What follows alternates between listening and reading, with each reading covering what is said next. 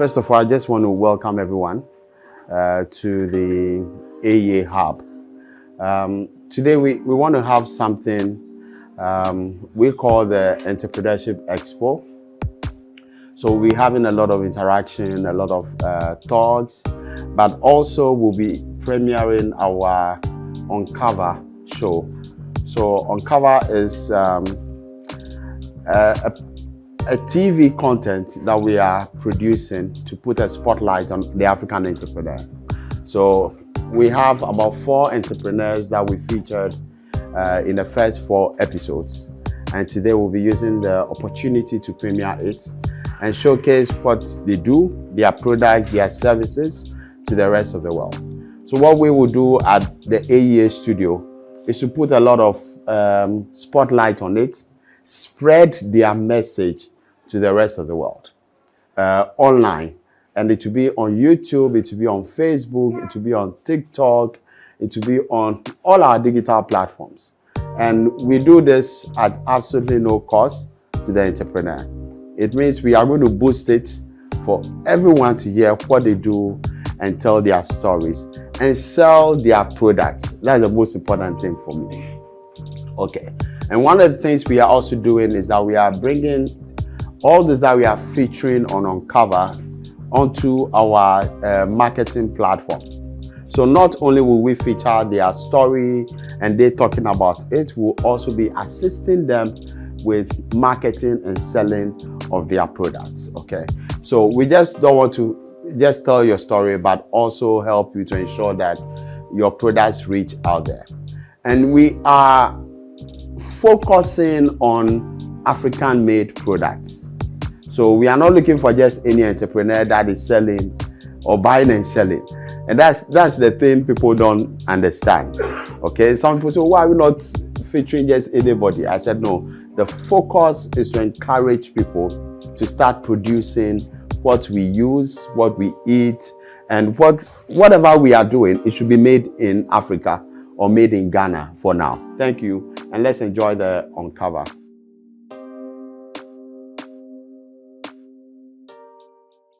Hi guys, my name is Ene Sam Jr. and I'm the Business Development Manager and Head of Administration at AEA. I'd like to welcome you all to a very, very exciting edition of Uncover. In this episode of Uncover, we're going to be directly speaking with the entrepreneurs by themselves, and we're going to be getting some reviews and current updates about their products and the services that they render. Join me as I welcome Madam Viniola, right? Viniola, okay, and Madam Blessed. All right. Thank you for joining us on this occasion. All right. I would like to ask you a few questions regarding your products, and I believe that a lot of people are excited to know more about the products. And these are very, very organic and original products that are some of them are, in fact, all of them are some things we use in our day-to-day activities, in our homes, our offices, and everything. I'd like to know, what was, to you, Madam Bless, what was the original concept of the idea behind this, product? Well, like I said earlier on, thank you once again for having me on your show, and thank you all for your interest in the business. So one of the motivating factor of this whole thing was my desire to help my mom build her brand well. Yeah, so she had the hair pomade, so it's more or less like a generational thing. And coming up, I realized that the allied products were also equally important because our customers kept asking, requesting for the allied products, and I took it upon myself to delve into it, get the training needed to start the hair care line. So that's about the hair care line. But when it comes to the skincare, it started when I started giving birth. Okay.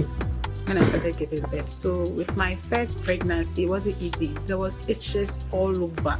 Like when the baby bump is stretching, and then the stretch mark starts coming. You know, the stretch mark itches. It's really, really itch. You haven't been pregnant before, and hopefully you'll never be pregnant, unless of course you want to be a transgender. And even though I still can't get pregnant. Okay. Okay, that's just by the way. Thank you so much. Yeah. Thank God I won't get pregnant, so I won't have to. All right, Madam Viniola, what is your motivation? What is the motivation behind your products? Because I see you mentioned earlier about the Gary mix, how it was targeted more at the students, you know. So I want to know generally, what is the motivation behind your products? What motivates you? Yeah, thank you once again for having me on this program. What actually motivated me was, as I said earlier on, I had a son who was premature.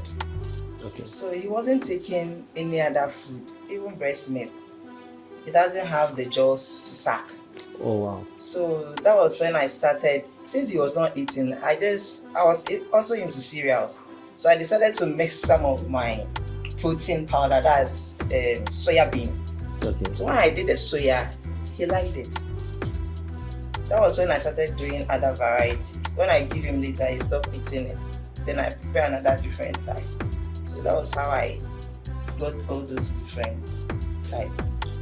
So you mean we, the premature babies, were very special because we keep giving you innovations? I think so. Okay. All right. Because I'm also premature, so I can relate. Okay. So I'd like to ask generally, how did you start?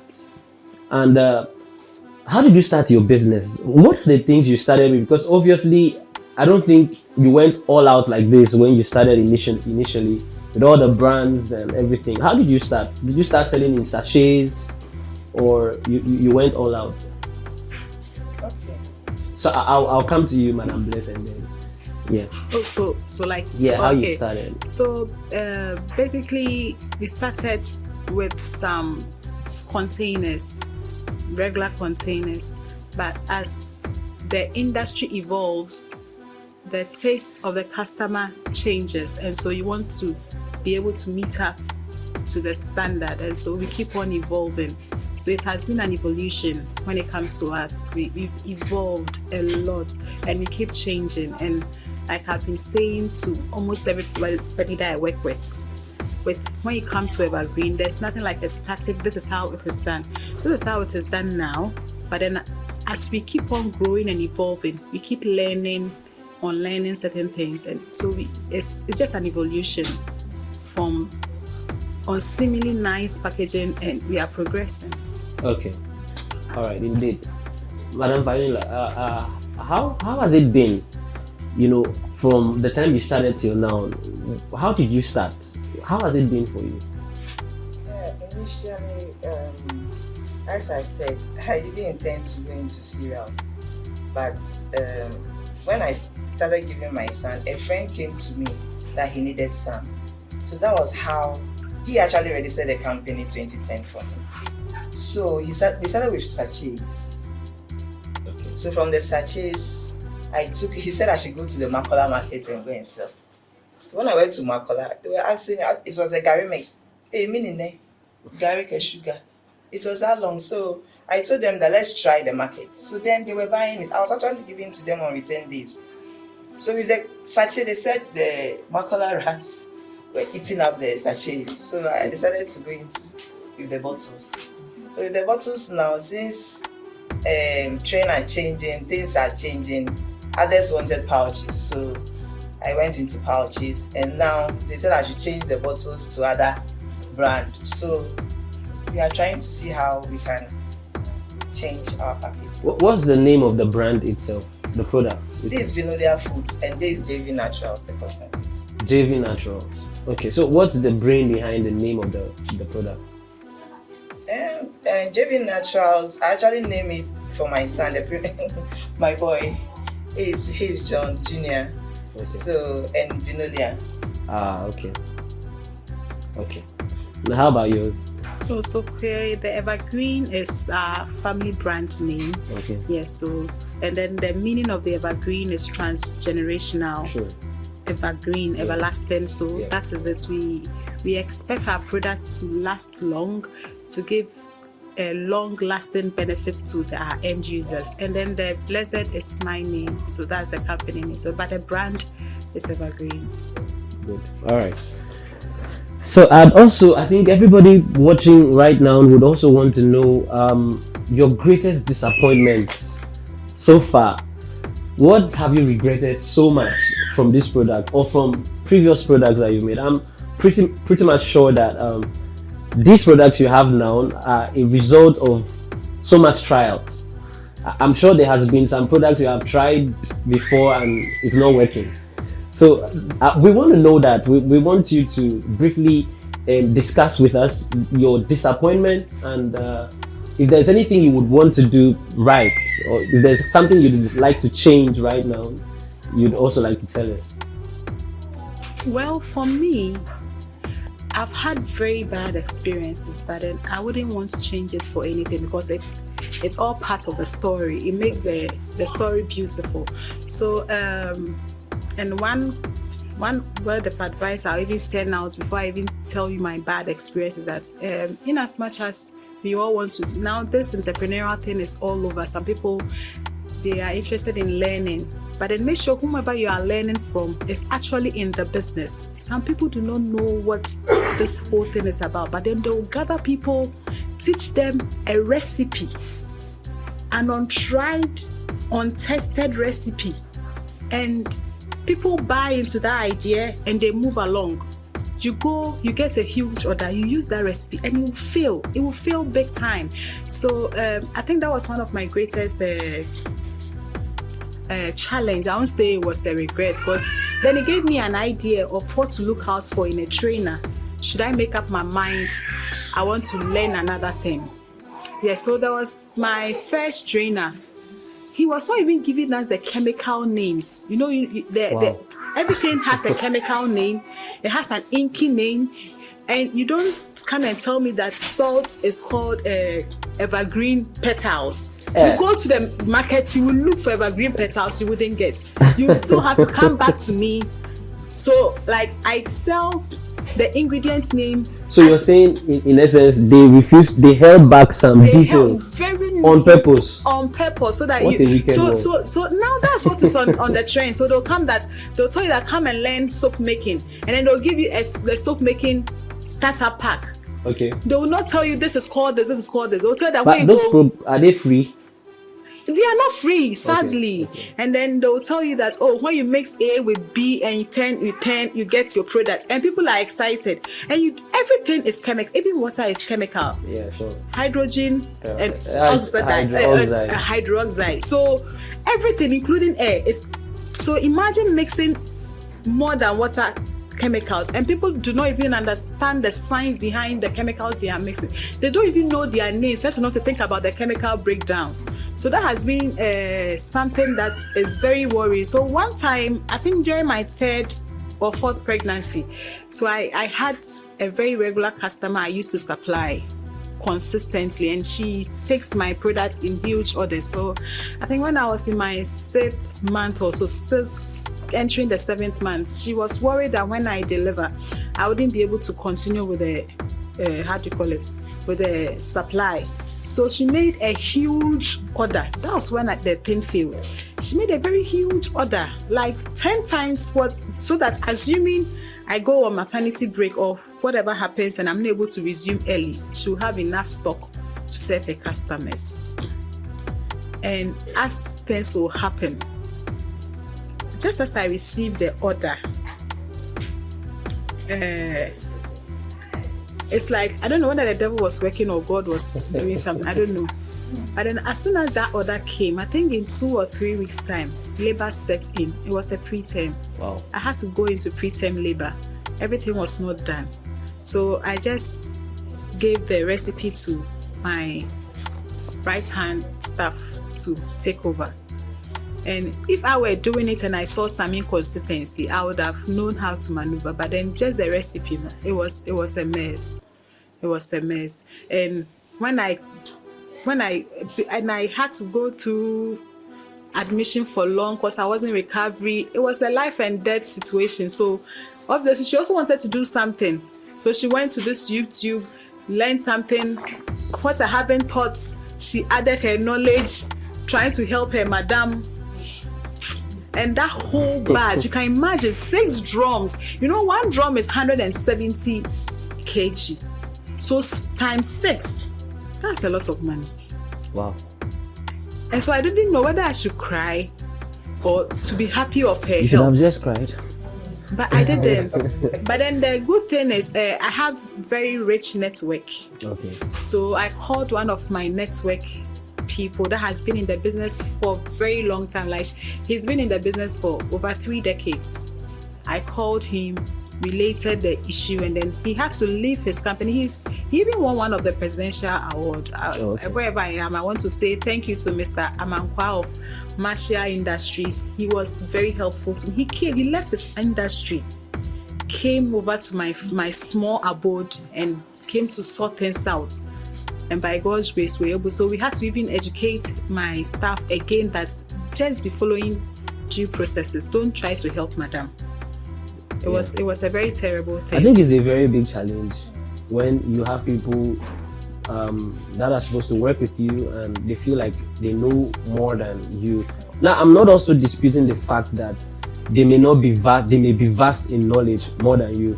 In certain some, areas. yes, in some cases, your workers or the people below you might have more knowledge than you in certain products. Yeah. But how do you, as a boss or as a CEO, handle situations like that?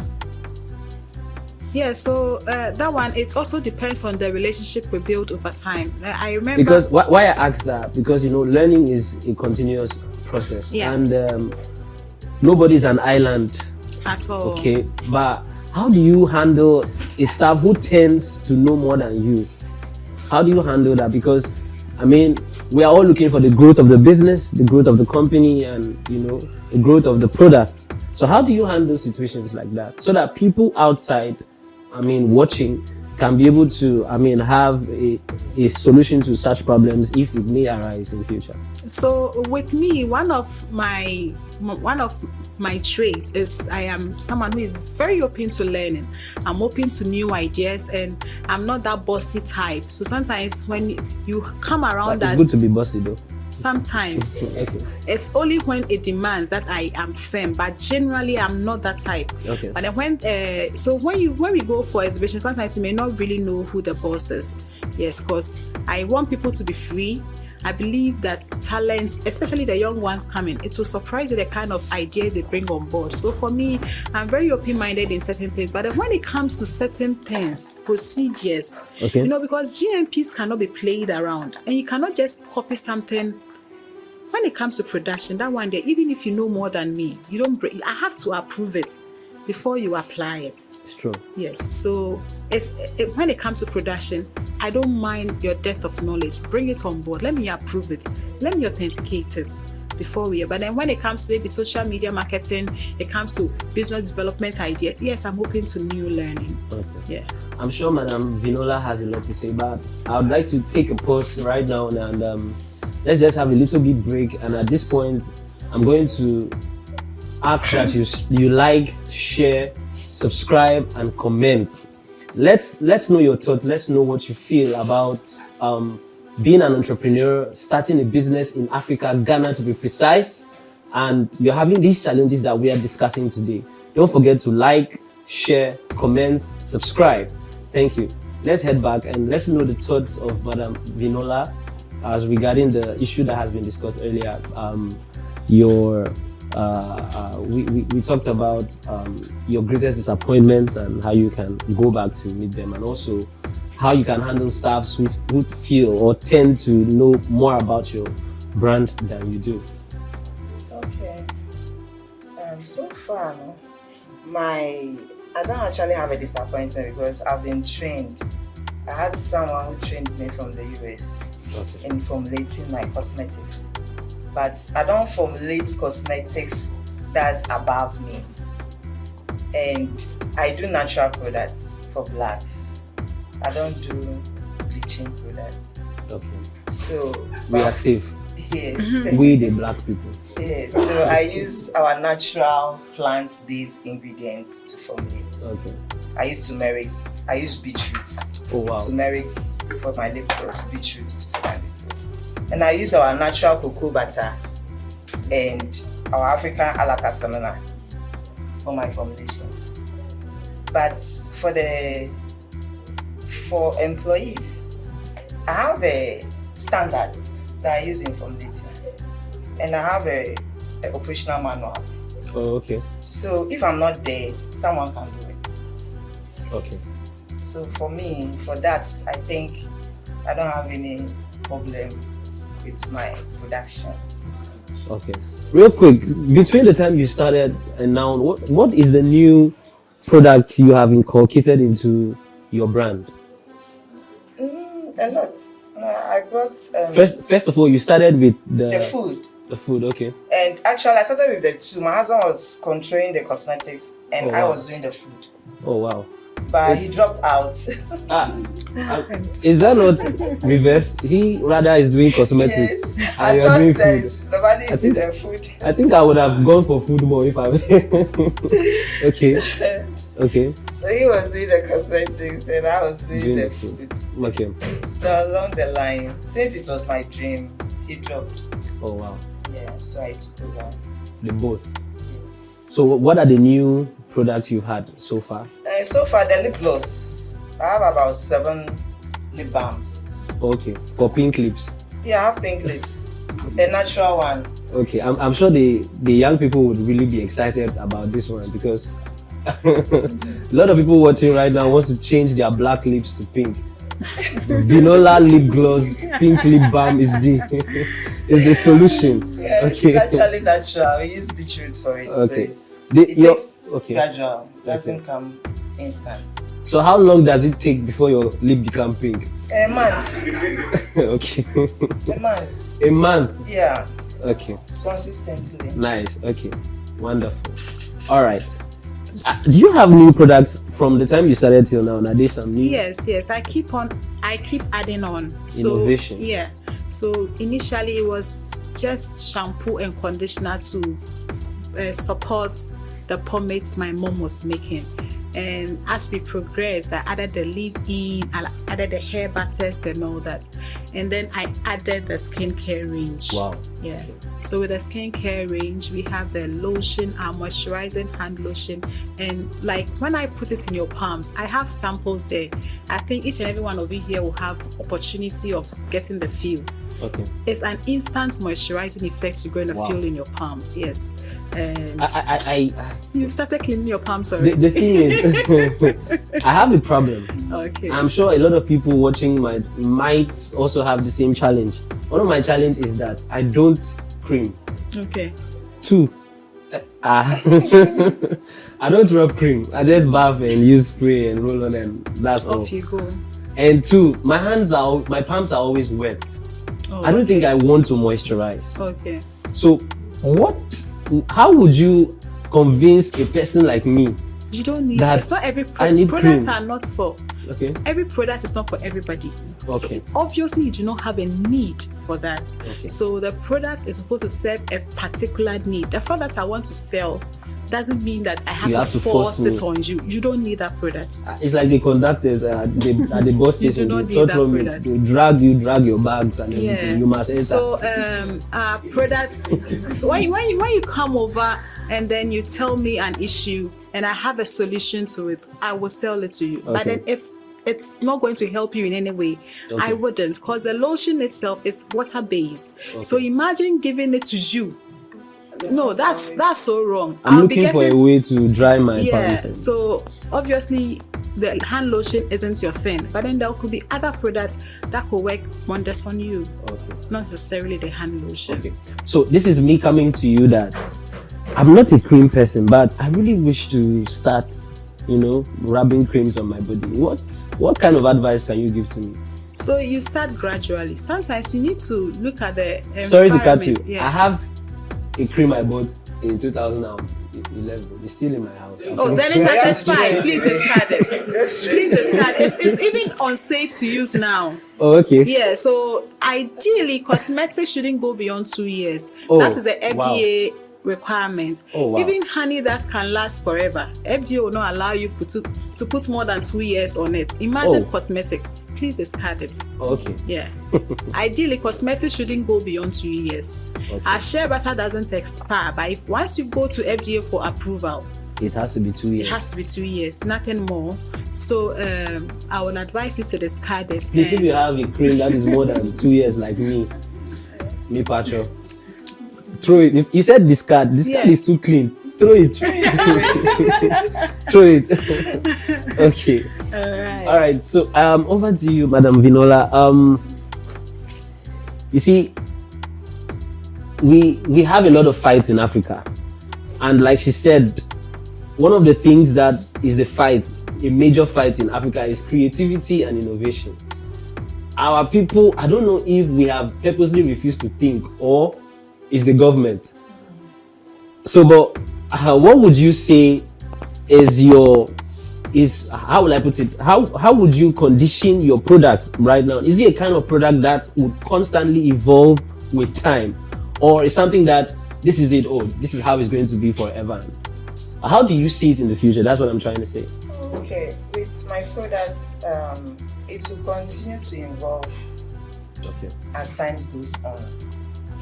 We continue bringing other products online. We continue to innovate other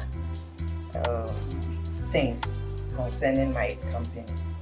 Actually, I'm not only into food, and I'm also into farming. I do cassava farming. So do you farm the raw products you use? Yes, I have Gary products. Okay. I have turmeric Gary products. I have soya Gary products. Wow. Yeah, I have farm at Bono East, Kwame, so I have a farm there. So I have women that prepares my Gary for me. Wow, interesting. So the cost of production is not too high. Okay. So we keep on innovating. Okay. Madam Bless, you want to say something? Yes. So, like she said, we also believe in this continuous improvement. There's in Africa, in Ghana. Yeah, in Ghana here, yes. And it will surprise you how the young entrepreneurs we are doing so well. You know, there's this Japan word called Kaizen. Kaizen simply means continuous improvement, and this is what we keep on imbibing in the company. So we continually want to improve. Even yesterday, I went for another masterclass formulation training. Wow. So you can imagine what I'm going to bring up. So it's you can't get to a stage where you feel you know it all. No matter how much you know, there's always a better way of doing what you think you are doing best. Of course. So you have to be open-minded to stay relevant in this industry. You have to be open-minded for new learnings, for trainees. Never get to a point where you think you are the master and that is it. Yes, right now I am a master cosmetic formulator, but should I hear of any relevant cosmetic training and I check the trainers and I realize that no, this is going to be beneficial, I'll sign up onto it. I'll pay for that class and go. So yes, we keep on, once I am still learning, once I am still improving, it's going to reflect in the kind of product I bring on the market from time to time. Of course. I know a lady who used to sell oranges when I was a kid. Just oranges. She still sells oranges till now. The same way. One table. And that's terrible. With orange. I was a kid when she was selling oranges. Till today she still sells that same orange with that same table. She has not even bought a new table. Now it's not because she doesn't have money to buy a new table, but I don't think she has seen herself above that level before. Yeah, so I think it's very key that in entrepreneurship we are able to think, ideate, come up with concepts to constantly improve on our products or services. I have two more questions and I'm going to end this session. The next question I'm going to ask is about funding. How did you get money to start? And two, how do you handle competition? Because sometimes you might have a very wonderful product, but you see the cost of production, the sales price and everything makes your product a little bit expensive than the regular one. So because of that, people tend to patronize the regular, even though they really want to use your product. It's very nice, and but because of maybe the price, people might want to just go for the regular one. How do you handle situations like that? Because I'm sure that a lot of entrepreneurs right now want to know. People are here who wants to go into business, entrepreneurship, but they are scared that this thing, the cost of production will make me sell it at a high price, and because of that, competition will be very, very intense. So what again, what's your advice, and what do you think about situations like that? Anybody can answer. I think, okay, let me start with you, Madam. Okay.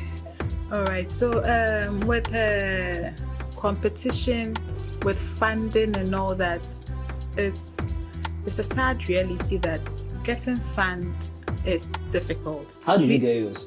So for me, I have an angel investor in the form of my mom. So the only thing is I just have to tell her. She will give it to me. And the reason why she will keep on giving to me is that when she gives it to me, I'm able to work and pay her back at no interest, at zero interest. And you can't get this in the bank. Mm-hmm. The bank will give it to you, all right. So there was one time, one bank called me that they wanted to, so please, I beg, I don't want your pressure. Because if it's my mom or a family money, I bring 10, they don't sell 10. When I sleep, I'll sleep. At least I know the products are there. But a bank, they will have, especially there, I hear of these people, quick credit. I hear as for them, they can even climb your wall. In the dawn, they'll harass you. Like they'll take your peace away from you. And peace of mind is everything. So for me, like I say, I always say wherever I get to that, my mom has been my major funder. And that is the more reason why I can't afford not to excel, because I also have 4 beautiful girls. And you know, as a woman, you shouldn't always rely on our men, because they also have their own pressures. So you should have your money. You should be doing something. You should be earning your income. And my mommy has shown me that I can't afford to be just a lazy wife. So I put in my best. And once she gives it to me, Papa, I also don't say that it is my mommy's money, so I squander it. No, I utilize it. I invest it in the business, and I'm able to pay her back. So sometimes, even when I'm there thinking about myself, minding my own business, she go, oh bless, especially when she has some free money and she's also a businesswoman. Please, can you give me your mother's number? No. It's not for external. No. It's not an external thing. So sometimes, yes, but imagine if I take it, I don't pay in the name of it's for my mom. If she has money and I ask her crash, she won't mind. She'll just give me something to survive on. Yeah. But to give me huge money to put in the business, she wouldn't. So the word of advice is, as we journey on, getting fund is difficult. If you have a family member that is able to give you money, please be honorable enough to pay back. You know, there's this advice going on social media. People you shouldn't help, friends and family, because they can mar relationships. But then I want to believe that there are exceptions, and I am a living testimony that you could loan from family and honor yourself, honor the family enough, and pay, so that the integrity of the relationship is always kept well. Yes, so it's possible to help a family member, and the family member honor the part of the contract, and that relationship is still kept. Mm-hmm. Yeah, I'll prefer loaning from my mom anytime, any day, than to go to a bank. Short plug. Any day, anytime. But then, you know, it gets to a point, I'm at a point where now my mom's funding wouldn't be enough. Obviously, if you want to scale up, you know, those family money, and Shada and Sosa, so you want to look out for a fund. And I hear there are so many grants flying in the air. I don't know if you have some connections so that we could grab some and then progress in our business. Okay. Oh, okay, that's interesting. So, okay, and you didn't hit on competition. Oh, so well with the competition, like you said, obviously Ghanaian products, a lot of people complain that made in Ghana products are expensive. Yes, made in Ghana products cannot be cheap because everything in Ghana is expensive. Everything in Ghana is coconut oil, virgin or cold pressed coconut oil. 1 liter is selling between 75 to 85 Ghana cedi. So you buy 1 liter for that much. You use it to make a product. How much are you going to sell that product? If 1 liter plain, raw, unrefined, nothing added, you are going to process it. And then cocoa butter, as we stand now, cocoa butter, a kilo is between 75 and 85 Ghana cedi for 1 kilo. So I go and buy raw materials at high prices, and the packaging bottles too. You don't go the empty packaging bottles, very expensive, because they'll tell you that the importers will tell you that the taxes and the duties and whatsoever. So at the end of the day, the Ghanaian product cannot be cheap. So the cost of living, especially if you want to maintain the the quality, the standard you started with. Unless of course you want us to just do anything, and some of us wouldn't be in the business in the first place, because some of us, we believe in quality, and so if it is not of a premium value, we are not doing it. And so yes, the competition, so we sometimes have to educate the people to know that it is not our doing. Nobody will want to produce products and hoard it. Our idea whenever we are producing products is to sell. So if I need to just put some small margin on it to get it off, that is what I'm doing. But then my small margin might look even expensive for someone. It's true. Because empty bottle, 10 cedis, this, that. When you finish and combine everything in a product, how much are you going to sell it? And if you haven't spoken about the overheads, the time, the electricity, everything that comes into getting the product ready. So really, for a Ghanaian product to be cheap or relatively affordable, there's so much has to be done. The environment should be safe, it should be conducive, it should be supportive. A small business, you start your business, AMA will come and tax you. As they see your stick up headed, when you're moving, assembly is chasing you, GRA is coming. When you have even finally sweated to get something on your phone, you want to pay something, you are doing Momo, e-levy is coming. So even that small money you are running around, it is tax over tax and that just everything. At the end of the day, it's all right. I understand. The cost of living is so high for the living. It's terrible. So honestly, the environment is not safe. It's not financially friendly at all. And so it takes so much to be in the business and to consistently produce quality. It takes so much on the part of the entrepreneur to be in this business and keep on delivering. You can easily be discouraged because everybody is snatching from you. Everybody, the environment, the society, like there's no support coming from anywhere. So we are really looking forward to getting a very conducive, entrepreneurial friendly environment to thrive. Yeah, I think you said it all. The government just needs to. It always boils down to the government, right? So once we're able to get some of these things sorted out, then obviously we are going to have a relatively cheaper product. Because this thing, maybe this my hand lotion, I'm retailing it at 35 cedis. Wow. You could get a similar one from China, maybe around 20 cedis. But then China, they have the leverage of all the technology available, everything available, and so even they selling it at the 20 cedis, they are going to make good margins on each and every one of them. But then here, even the 35 cedis, I need to really be disciplined to be able to see my margin.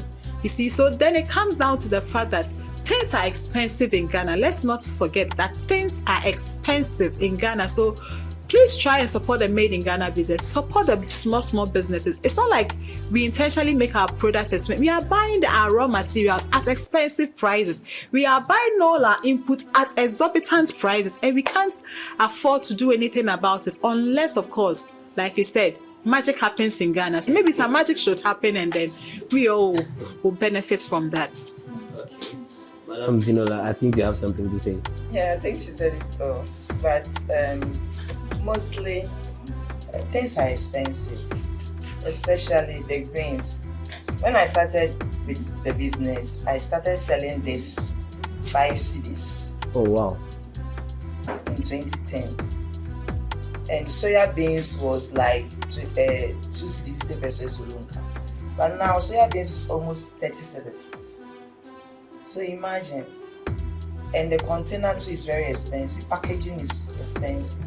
So I think the government needs to do something about it. Yes, it's still the government. Because individually, and if we should also individually go into farming, I think we'll have a lot of food in the system. And secondly, too, when I started business, I also started with my savings. And by then, I was actually selling small things in school. So I was actually saving with my mom. And she has been a support to me. Moms. And Why did you guys come as a mom? So that my mom helped me a lot. You see, when I was talking earlier on, she took me to the north. Oh wow. To start business, and she actually used the money. As in 2010, she gave me 5,000 to start. Wow. Yes. And since then, me ankasa na me ya me tumi charge ye pa. Nti oba we madam for na oba me na o si o pe bibia na ma chew. Nti ya na ma boka. Na ma sa ko ne ho. Si Viniola o be kume. No wasa ma me. Na me sande ashim. Nti no she has been helpful. But unfortunately, she's not here to, benefit from what she really planted. And actually, she was also into cereals too. When I started, she also went into it, and she had a lot of customers. Mm-hmm. She was actually selling to rich hospital, courts, high courts. She actually made me know that corporate ladies really need our products. So for me, the challenge, I think, I don't have any competition with my products because I have a target market. Oh, okay. And my niche market. So those who want a healthy and a very nutritious product for their family or their children, they buy my product. Okay. Very important to know your target market. Because your products would not reach everybody or may not reach everybody, or it's not created for everybody. Yeah. Right. Okay. Lastly, before you give us a sort of advice to entrepreneurs, to young startups, to people with just ideas, I would like to know: are you open to investments and partnerships? Why not? So one thing is that some of these things they come juicy and all that, but then God being good, we are in.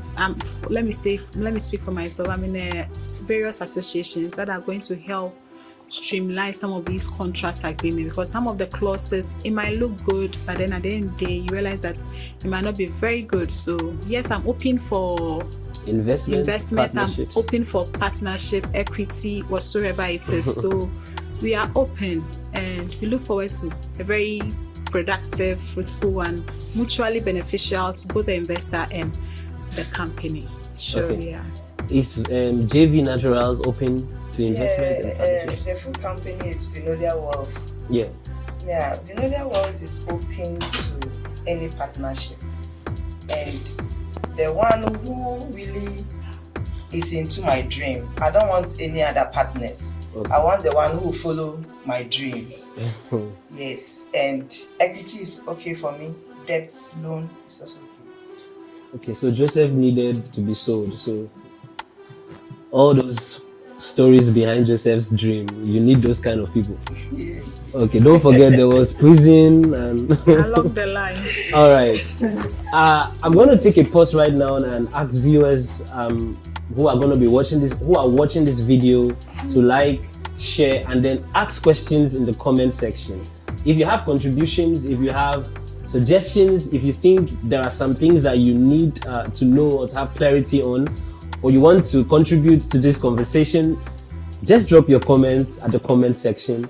Don't forget to like, share, and subscribe. Let us put our hands together and change the world as entrepreneurs.